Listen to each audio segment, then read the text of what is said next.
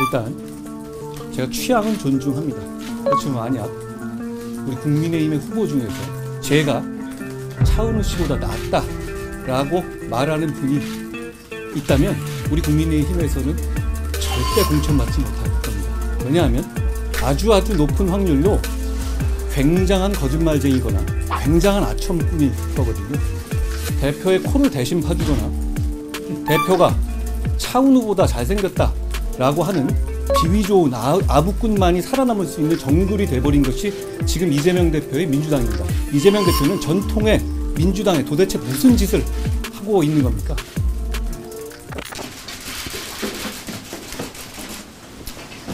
보세요. 제가 오늘 박정화 대변인님과 원주에 가야 되기 때문에 복장 좀 해주겠습니다. 안녕하세요.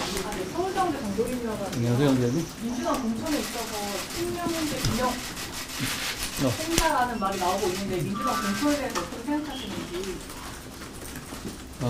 저는 세계사적으로 가장 투명한 공천이라고 생각합니다. 이름 석자 처분은 그 사람이 공천될지 아닐지가 누구나 알 수 있잖아요.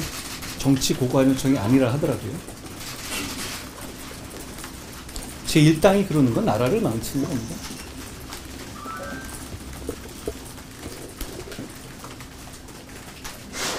네, 민주당에서 도봉갑 같은 경우에는 안기령 상임 부대변인을 배정을 했는데 그게 뭐 내려놓기다 이런 말이 어떻게 되세요? 일단 제가 취향은 존중합니다.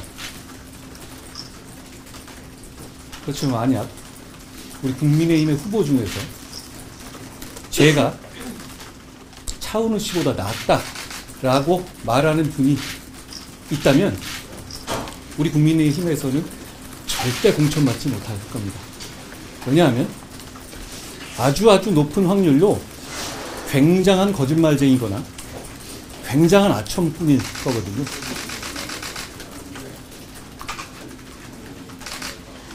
대표의 코를 대신 파주거나 대표가 차은우보다 잘생겼다라고 하는 비위 좋은 아부꾼만이 살아남을 수 있는 정글이 돼버린 것이 지금 이재명 대표의 민주당입니다. 이재명 대표는 전통의 민주당에 도대체 무슨 짓을 하고 있는 겁니까? 저는 우리 당에게 그리고 도봉의 김재섭 후보에게 더 분발을 촉구합니다. 저런 분들이 국회로 들어가서 나라를 망치게 해서는 되겠습니까? 저런 아첨꾼, 저런 거짓말쟁이들이 국회에 들어가면 이 나라는 지금보다 훨씬 나빠질 겁니다. 저희가 지금 이 상황에서 그걸 막을 수 있는 것은 현실적으로 저희밖에 없거든요. 저희가 더 열심히 하고 분발해야 한다고 생각합니다.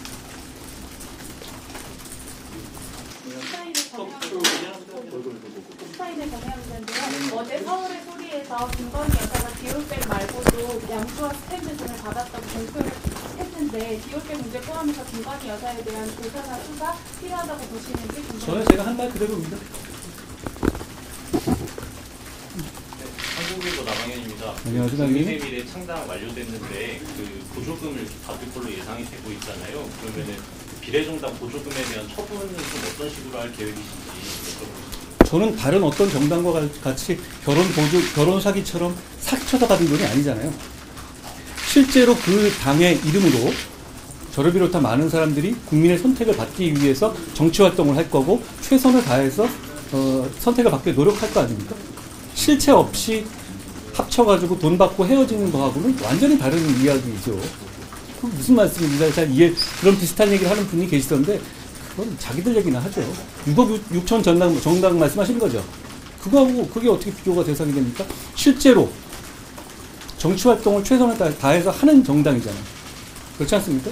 다만 그 방식이라든가 그 외양이 이렇게 되는 것을 저희가 반대한다는 것이지, 실제로 우리가 내는 비례대표를 국민들께서 선택할 수 있도록 그 당의 이름으로 선택받기 위한 정상적인 정치 활동을 하는 정당이잖아요.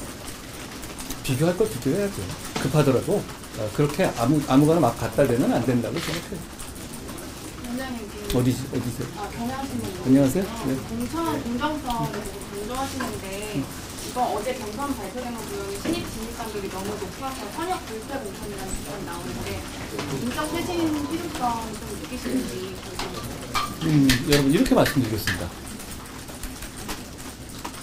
일단 우리 당은 지난 선거에서 너무나 심하게 졌어요. 그렇죠? 그리고 그러면 결국은 그 아비규환 속에서 살아남은 사람들이 지금 우리의 현역입니다.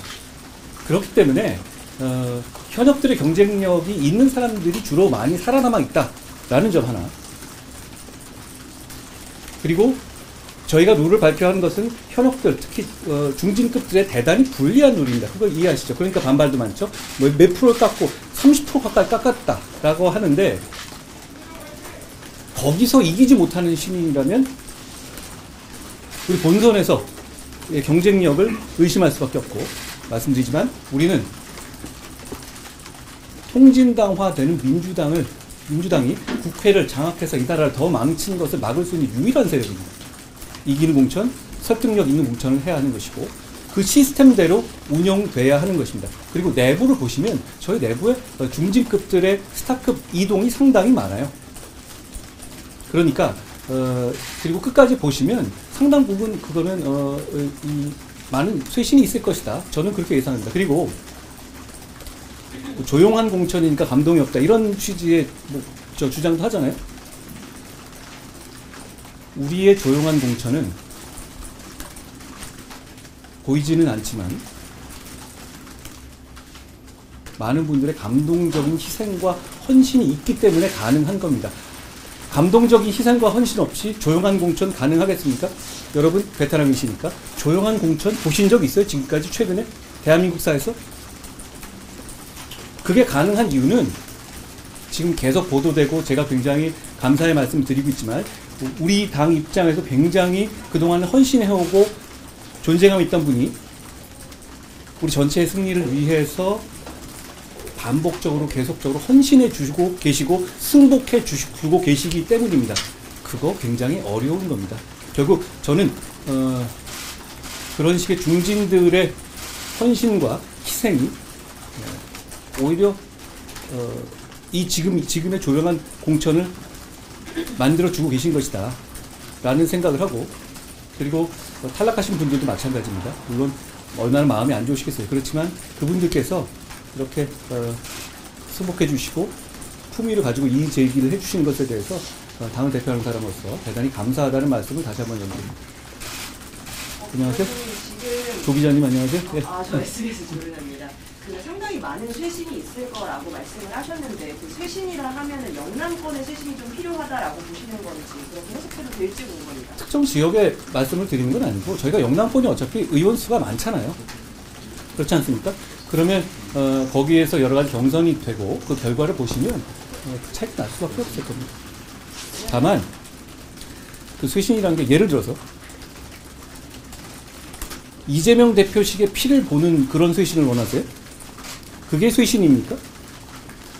자기 사람 꽂고 자기에게 조금이라도 반대될 만한 사람들은 날리는 것이 쇄신입니까? 그렇지 않죠. 저는 오히려 쇄신이라는 것이 시스템을 제대로 지키느냐, 그리고 어떤 개인적인 사심이라든가 어떤 특정 세력의 약진이 있느냐, 이걸 봐주십시오. 저에게 비판적이고 저희에게 비판적인 분들께서도 한번 생각해 봐주세요. 그런 것이 보입니까? 저희가 그런 방향성과 경향성이 보이나요? 예를 들어서 저의 개인적인 정치적인 이익이라든가 어떤 특정한 세력의 정치적인 이익을 추구하기 위한 그런 보이지 않는 손이 보이십니까? 민주당은 그게 명확하게 보이잖아요. 민주당에게는 그것은 이미 보이지 않는 손도 아니에요. 너무나 잘 보이는 손이죠. 우리에게 그게 있습니까? 저는 그게 없다고 말씀드립니다. 왜냐하면 실제로 그런 생각이 없거든요. 저희 어제 경선 발표 보시면 좀 늦어졌죠? 그 봉투를 우리가 열어보지도 않았습니다. 그리고 그 경선 결과가 어떤 것인지 저는 아마 거기 계신 분들 중에서 제일 늦게 알았을 겁니다. 왜냐하면 그게 끝나고 장동혁 사무총장이 제 전화를 받으셨거든요. 안에 계셨더라고요. 그러면 우리 입장에서는 민주당의 공천과 비교해봐 주세요. 우리 경선에서 무슨 DNA? 그 이재명 DNA입니까? 그 DNA 같은 데가 들어가 있어요? 아니죠. 위에서 우수한 데 먼저 한 거. 저는 어떤 업체가 조사했는지조차도 몰라요. 그 결과 나온 것을 승복해야 되는 것이고, 아까 제가 제일 처음 말씀드린 것처럼 저희는 워낙 졌어요. 그러니까 지금까지 나온 살아있는 생존력 있는 후보들이 살아나올 가능성이 꽤 있죠. 그렇지만 그걸 목표로 하거나 그 중에서 미운 사람만 떨궈내는 방식의 공천을 했습니까? 저희 1호 공천이 누구였죠? 김재섭 아닙니까? 우리는 이런 공천을 하는 겁니다. 제가 생각하는 우리 공천은 이름 가리고 하더라도 똑같은 결론이 나와야 한다 라는 겁니다. 그런데 이재명 대표의 민주당의 공천은 그 사람의 이름만 딱 보면 우리 대부분 그럴 겁니다. 이 사람이 공천 받냐? 아니냐? 다 맞출 수 있을걸요? 그게 쇄신입니까? 그렇게 피를 보는 게 쇄신이에요? 아닙니다. 그건 정치를 망치는 거죠. 저는 시스템이 돌아가게 하는데 그 시스템이 방해받지 않는데 제 최선을 다할 것이고 지금까지도 그래왔다는 말씀을 드립니다.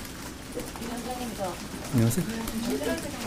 안녕하세요, 신부님. 네, 다름이 아니라 그 김민석 민주당 의원이 어제 국민의힘 공천 시스템 4천이라고 말을 하면서 위원장님이 불법 정치자금 범죄 저질렀다 뭐 이런 주장에 대해서 사과하지 않은 법적 조치하겠다고 이런 식으로 말했는데 안 저질렀어요?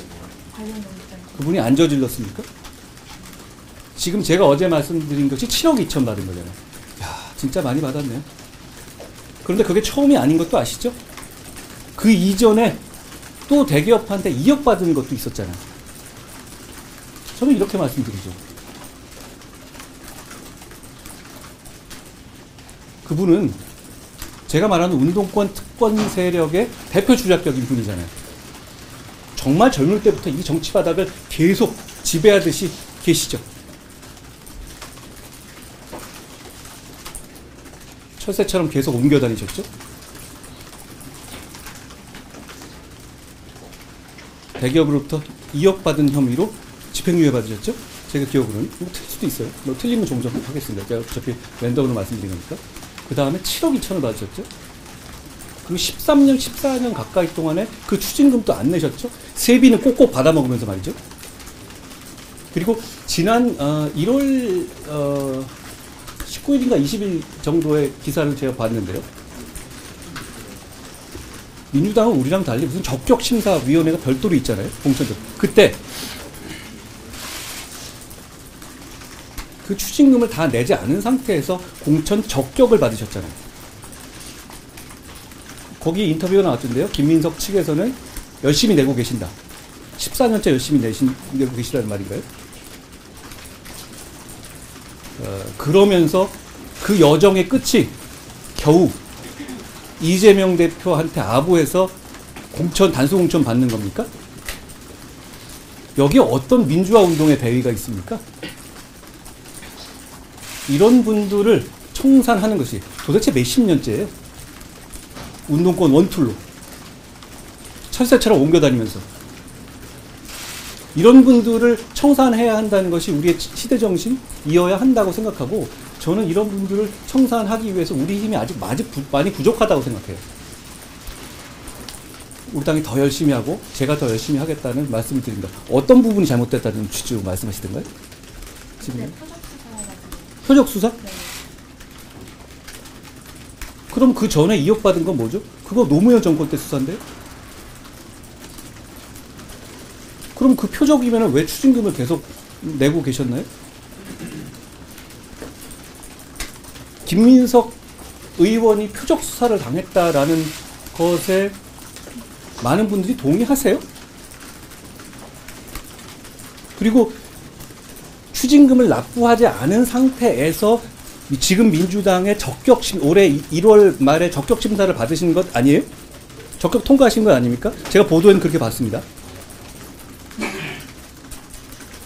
어떤 부분을 사과해야 되는 걸까요? 김민석 같은 운동권 특권 세력을 미리 청산하지 못한 점을 사과하란 말인가요?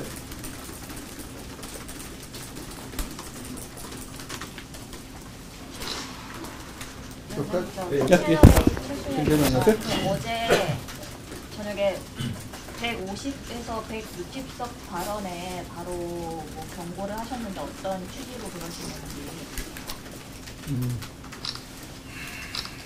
우리 국민의힘은 해설가 정치 하지 않겠습니다. 그래서도 안 되고 우리는 국민의 사랑을 받기 위해서 노력하는 사람들입니다. 더 노력해야 되고 아직 멀었습니다. 그런 계산할 시간이 있으면 우리 국민의힘은 하나라도 더 좋은 정책 만들고 한 분이라도 더 우리의 대의와 명분 그리고 우리의 실천을 설명드리기 위해서 노력할 겁니다. 그래야 하고 제가 어저께 그 말씀을 드린 것은 어떤 특정인을 겨냥했다기보다는 우리 모두 그래야 한다라는 말씀을 지금 당을 이끄는 사람으로서 당부드린 겁니다. 되겠죠? 고맙습니다. 고맙습니다. 청년실에서 안녕하세요, 현 기자님. 공천이 아까 자동 없는 공천이라고 말씀하셨는데 아직 CK 발표가 안 났고 현역 물갈이가 덜돼서 공천의 뇌관이 아직 작용하고 있다고 좀 우려하는 목소리가 있는데 이해해 주시면. 그 뇌관이 처음부터 계속 바뀌네요. 그래서 뭐 어디 뭐 매번 뇌관이 있었잖아요. 저희는 일관성 있는 원칙을 가지고 갈 겁니다. 제가 이 작업을 보면 이런 걸 느껴요. 아, 이거는 만점짜리로 누구 모두를 만족시키는 것은 안 되겠구나 생각이 들어요. 왜냐하면 다 훌륭해요.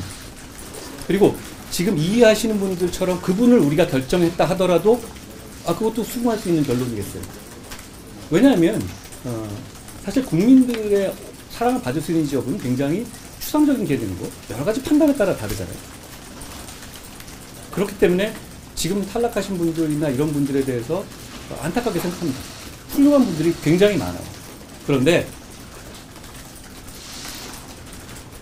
그렇기 때문에 더더욱 시스템 공천을 지키고 그리고 결정에 관여할 수 있는 저 같은 사람들의 사심이 개입되지 않게 하는 겁니다. 결과가 그렇게 보여지지 않습니까? 그러니까 우리의 목표는 최대한 많은 국민들의 사랑을 받겠다는 것 뿐입니다. 그것을 넘어서는 다른 그 이후의 어떤 궁중암투 같은 것은 정말 일도 생각하지 않아요. 그래 보이지 않습니까? 그리고 그래야 한다는 것이 그리고 그 점이 국민들께 보여드려서 국민들께서 그걸 느끼셔서 우리를 선택하게 하는 우리를 신뢰할 수 있는 하나의 명분이 되기를 바랍니다. 그런 차원에서 노력하는 것이고 잡음이라는 건 왜 없겠어요. 아니 떨어진 분들 입장에서는 자기 인생을 걸고 하신 것이고 그분들 나름대로 최선을 다했는데다가 또 저희가 진짜 계산해보고 이 문제는 수학 점수처럼 누가 몇 점 더 받고 이런 문제가 아니잖아요. 누가 더 예를 들어 전체를 봤었을 때 뭐 아니면 그 순간에 있어서 정보 부족이라든가 이런 판단이 날 수 있습니다. 그런데 중요한 건 공당으로서의 어떤 시스템을 갖추고 공당으로서 이재명 대표의 민주당 같은 그런 식의 막장 사심이 개입되는 것 자체를 방지하고 저는 이 가치도 되게 굉장히 중요하다고 생각해요. 어차피 100점짜리라는 그런 그 하나의 정답이 있지 않는다면 다음에야. 그러니까 저는 과정이라든가 룰에 대해서는 강력하게 제가 말씀을 하되 결과에 대해서는 말씀드린 것처럼 여러분보다 제가 더 늦게 보는 시스템을 만들고 과정에 있어서 여조 업체라든가 뭐 이런 부분들에 대해서도 전혀 관여하지 않는 그 입장을 할 겁니다. 개별적인 결과에 있어서는 누가 보이지 않는 손이 움직여서 하나 콕콕 찍는 게 더 나은 결과를 낼 수도 있어요. 그런데 우리 당은 그러지 않기로 결정한 거고 그걸 끝까지 유지해서 그렇게 했다는 그런 시스템 공천을 했다는 것으로서 이번 4월 10일 선거에서 국민들께 선택받겠습니다. 자, 멋있게. 고맙습니다. 고맙습니다.